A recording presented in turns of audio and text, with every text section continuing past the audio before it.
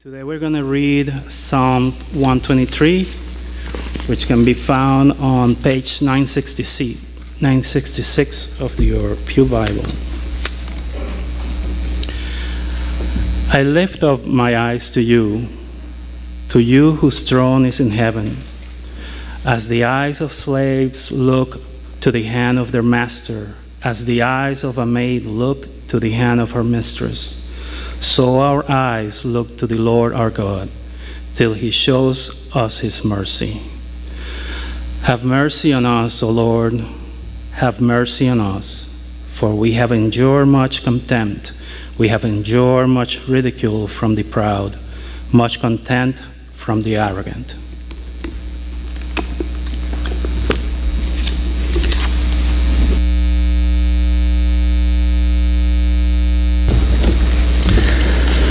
When I was in junior high school, I had a blue suede jacket. It's kind of a stylish thing back in the 70s.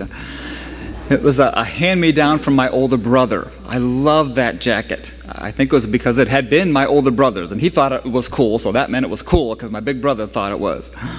Well, when I would wear that jacket to school, it gave me a confidence that I just didn't have at other times. I'd walk up to the building and through the halls thinking that the girls thought I looked pretty good, and the guys thought I was a bad dude, and the teachers thought I was a sharp-dressing young man. I'm sure none of those things were true, but that's how I felt. When I had to hang up the jacket in my locker or it got too cold to wear it to school, I went back to feeling the way I usually felt back in those days, that the girls thought I was a nobody, and the guys thought I was dorky, and the teachers thought I was a troublemaker. I don't know, maybe they thought those things or not, but that's how I felt anyway. It's amazing what a little confidence can do and how it can change the way you live your whole life. And it's equally amazing how limited you are when you lack the confidence to accomplish something. I wish that getting confidence was always as easy as just putting on a jacket, but it's not. Our level of confidence determines to a great extent how our lives turn out. Your confidence determines the level of trust that people put in you. I mean, after all, the last words you want to hear from your surgeon as you're going under are, "Oh, gee whiz, I hope I get it right this time." You want confidence. Confidence makes the difference in whether or not a person gets a job or gets a promotion or makes a sale. Confidence is a major factor in how well a team plays, or how well a leader leads, or how well a person performs under pressure. Now, there is also such a thing as overconfidence, and that's a very dangerous thing in any area. But if you have no confidence at all, it's not very likely that you're going to be successful in what it is you want to do. And this applies to our spiritual lives as well. Now, I'm not saying you should be all holier than thou and flaunt your faith like it's some kind of trophy, like some people do. I'm not talking about being cocky or arrogant. We all know people with plenty of confidence, but who are just plain obnoxious.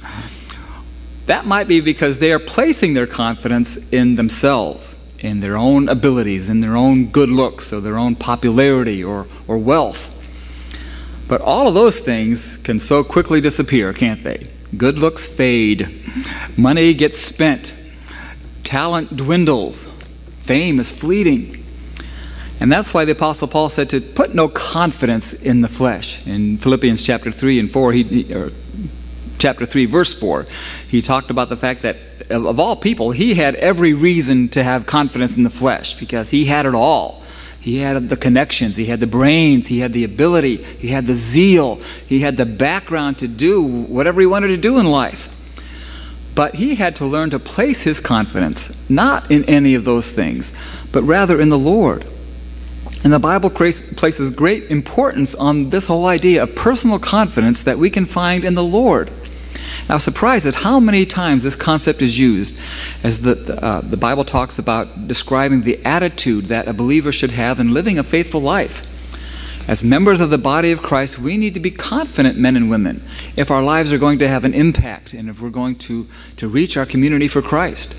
There are so many verses that talk about the difference that confidence can make in living the Christian life.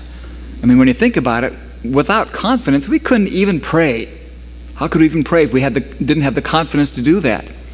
But as Hebrews 4:14 says, Since we have a great high priest who has gone through the heavens, Jesus the Son of God, let us hold firmly to the faith we profess.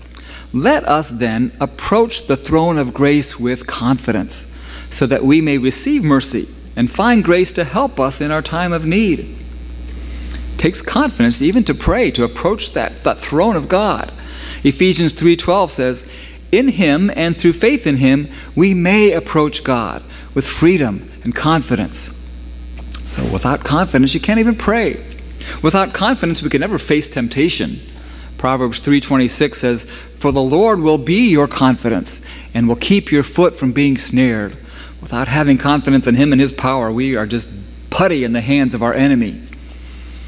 Without confidence, we could never face adversity. And we all face adversity. We all have hard times we got to go through. Hebrews 10 speaks of the persecution that the church faced. And then in verse 35 says, so do not throw away your confidence. It will be richly rewarded. You need to persevere so that when you have done the will of God, you will receive what he has promised. In other words, we need confidence to just get through life. So how do we get this confidence? It's one thing to say that our confidence is in the Lord, but how do we make that confidence a reality?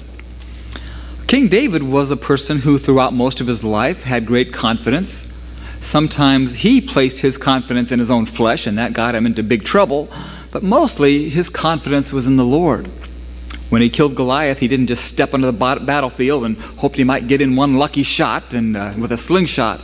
No, he first approached Saul with confidence, saying, don't worry, King, I've got this. I can take care of this. And then he stood boldly before Goliath, refusing to be intimidated. As we examine David's life, we can see that confidence made him a better warrior, a better leader, and a better servant of God. There was really only one good source for that confidence, as he himself said in Psalm 20, verse 7. Some trust in chariots, some trust in horses, but we trust in the name of the Lord our God. As we look today at Psalm 123, most likely written by David, we can learn a lot about how to be confident in the Lord. It doesn't say specifically that David wrote this one, but whoever wrote it, we can see that it was written by someone who, in the face of adversity, learned to face life confidently. So there are three confidence-building principles in this passage that we'll look at today. And I pray that all of us can be helped maybe just a little bit by this. The first confidence builder is an eternal perspective on life. Verse 1 says, I lift up my eyes to you whose throne is in heaven.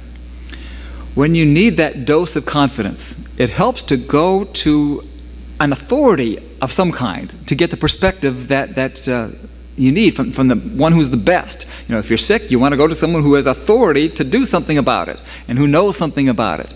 You want to get advice from the expert. And if you figure out what they tell you to do, then you can't go wrong. And it sure can help to get some counsel from an expert, and just might help to give you some confidence that you didn't have before. Well, our Lord God is the expert on life. And when you're not feeling confident about things, about living your life, you need to go to his throne. Because sometimes we go to the wrong thrones. We seek the favor and the admiration and the connection of successful people, and we hope that they will help us to feel better about ourselves. But what that often does is actually make us feel worse, because we're just reminded then of our shortcomings. And some people don't go to God with their problems for that very same reason. They feel they are unworthy to approach him, and they'll only be reminded of their unworthiness anytime they go to the Lord. But when you know the Lord, you know that he loves you and he accepts you besides your shortcomings. Then when you look to him, you can get that perspective that you need to live your life more confidently. David focused his eyes on God, not his problems, not his enemies. He knew that those problems were just temporary and that God is eternal. Keeping his eyes on God helped David to see past the present situation and to get a glimpse of the big picture. In another psalm that he wrote, Psalm 8, he says, when I consider your heavens, the work of your fingers, the moon and the stars which you have set in place, what is man that you're mindful of him? We all have a tendency to blow our problems out of proportion and imagine that they're worse than they really are.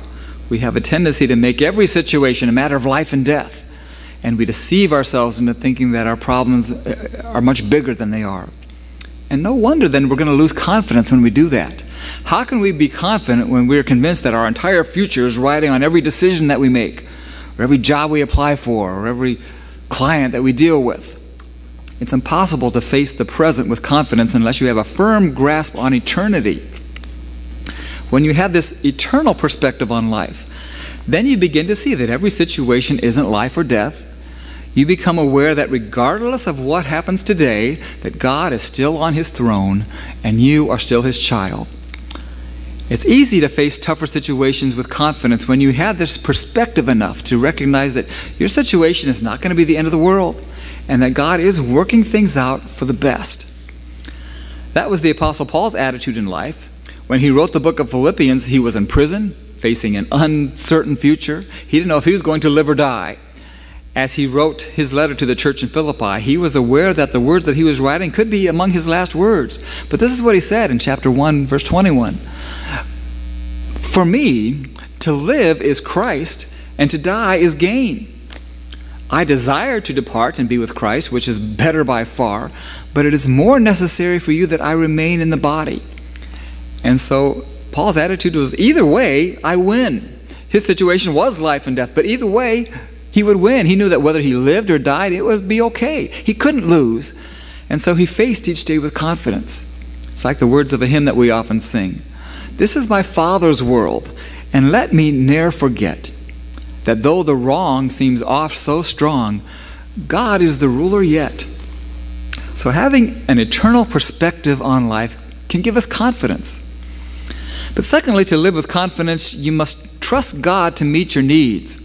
As verse 2 of our psalm for today says, as the eyes of slaves look to the hand of their master, so the eyes of a maid look to her mistress, so our eyes look to the Lord our God, till He shows us mercy. David's relationship to God was like that of a slave to a master. We talked about this a few weeks ago with Philemon and Onesimus. And the irony to that there's actually a lot of freedom in that relationship because a slave doesn't experience the delusion of self-reliance. He knows that he has to be reliant on his master. We go through life often thinking that we are very capable and that we are self-made men and women. But the truth of the matter is that without God, we are helpless. We are hopeless. We need Him just like a slave is dependent upon his master or a maid on her mistress.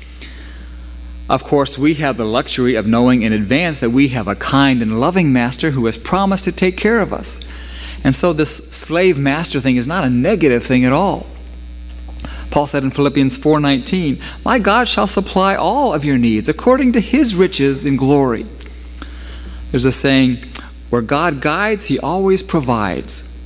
If you're trying to do God's will, He will provide for you every step of the way. And if one door doesn't open, then that means another door is about to. Most of you are familiar with Willow Creek Community Church. In the early days of their ministry, they had outgrown their facilities, and they were attempting to buy a parcel of dreamland for $600,000. And in faith, their pastor challenged the congregation to give sacrificially so that the church could continue to grow. They had a major fundraising drive, and a banquet was held, and an offering was taken. They were hoping to raise the money that night. And when the results were in, they were almost $200,000 short of their goal. And the seller of the land wanted cash on the spot. And so the deal fell through. And those in leadership at that church were devastated. They wondered, well, now what do we do? It seemed like God had been leading them in a certain path, in a certain direction, and then suddenly abandoned them. Well, it wasn't long before they found out just how well God was taking care of them. Their dreamland was actually condemned by the state and set aside as a forest preserve area. And soon after they received this news, they found another parcel of land that they were able to finance. And so through this process, the church learned a major lesson in just trusting God to meet their needs. So a confident person is one who knows that God is going to meet his or her needs. And his attitude is, well, if I get anything at all, it will have to come from God, and it will be enough. Knowing God will meet your needs can build your confidence. And then a third confidence builder is to make mistreatment a matter of prayer. As verse 3 says, have mercy on us, O Lord, have mercy on us, for we have endured much contempt. We have endured much ridicule from the proud, much contempt from the arrogant. What probably makes us feel the least confident is when we are being ridiculed by others, or we are made to feel inferior to those who are arrogant or who have power over us. And we can easily feel beaten down and powerless by those who seem to have a whole lot more to be confident about. They have the position, they have the popularity, they have the looks, the money to get what they want. And they like to make sure that you know that. And they can make you feel 2 inches tall. And that can happen even when you're not in junior high school. It can come from a boss, or a coworker, or a family member, a neighbor, fellow church member, a fellow parent of your kids' classmates, a coach, or even a friend. We all have people that just seem to suck the confidence right out of us. And what we usually do when we feel badly about ourselves is to go into our hole and to feel sorry for ourselves, or maybe feel angry at others, and to pull away from the Lord. But what we need to do is to go to Him. When you read the Psalms, it becomes obvious that David made everything a matter of prayer. When he was afraid, he told God about it.